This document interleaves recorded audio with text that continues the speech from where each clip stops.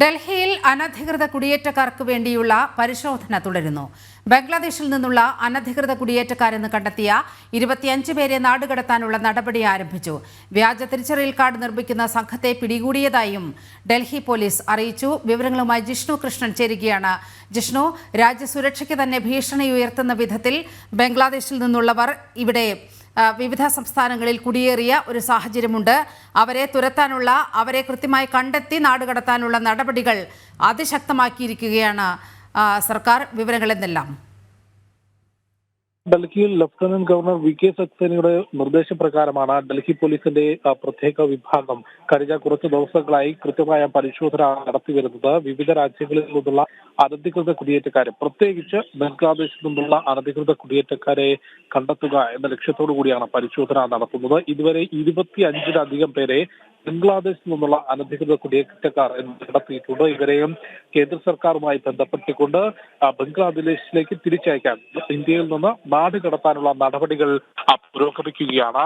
Delhi lieutenant governor VK. സക്സേനയുടെ പ്രത്യേക നിർദ്ദേശപ്രകാരമാണ് ഈ നടപടി. ഡൽഹി പോലീസിന്റെ പരിശോധന തുടരുകയാണ്. ഈ പരിശോധനയ്ക്കിടെ ഏറ്റവും പ്രധാനപ്പെട്ട മറ്റൊരു കാര്യം കൂടി പോലീസ് കണ്ടെത്തിയത്, ഈ അനധികൃത കുടിയേറ്റക്കാർക്ക് വ്യാജ ID കാർഡുകൾ, ആധാർ ഉൾപ്പെടെ വ്യാജ തിരിച്ചറിയൽ രേഖകൾ നിർമ്മിച്ചു നൽകുന്ന സംഘത്തെ കൂടി ഇപ്പോൾ ഡൽഹി പോലീസ് അറസ്റ്റ് ചെയ്തിട്ടുണ്ട്. അവരെ കൂടുതൽ ചോദ്യം ചെയ്തു വരികയാണ്. ആർക്കൊക്കെ ഇത്തരത്തിൽ വ്യാജ ID കാർഡ് നിർമ്മിച്ചു നൽകിയിട്ടുണ്ട്, അവർ നിലവിൽ ഏത് സംസ്ഥാനത്തേക്ക് പോയിട്ടുണ്ട് എന്നത് സംബന്ധിച്ച വിശദമായ പരിശോധന ഉണ്ടാകും. നേരത്തെ തന്നെ രാജ്യത്തിന്റെ വിവിധ സംസ്ഥാനങ്ങളിൽ വ്യാജ തിരിച്ചറിയൽ കാർഡുകൾ ഉപയോഗിച്ച് ബംഗ്ലാദേശിൽ നിന്നുള്ള അനധികൃത കുടിയേറ്റക്കാർ ജോലി ചെയ്യുന്നുണ്ട് എന്ന റിപ്പോർട്ടുകൾ IB നൽകിയിരുന്നു. ജനൻ TV ഉൾപ്പെടെ ഇത് സംബന്ധിച്ച് കേരളത്തിൽ ബംഗ്ലാദേശി അനധികൃത കുടിയേറ്റക്കാർ ജോലി ചെയ്യുന്നത് സംബന്ധിച്ച റിപ്പോർട്ടുകൾ നൽകിയിരുന്നു.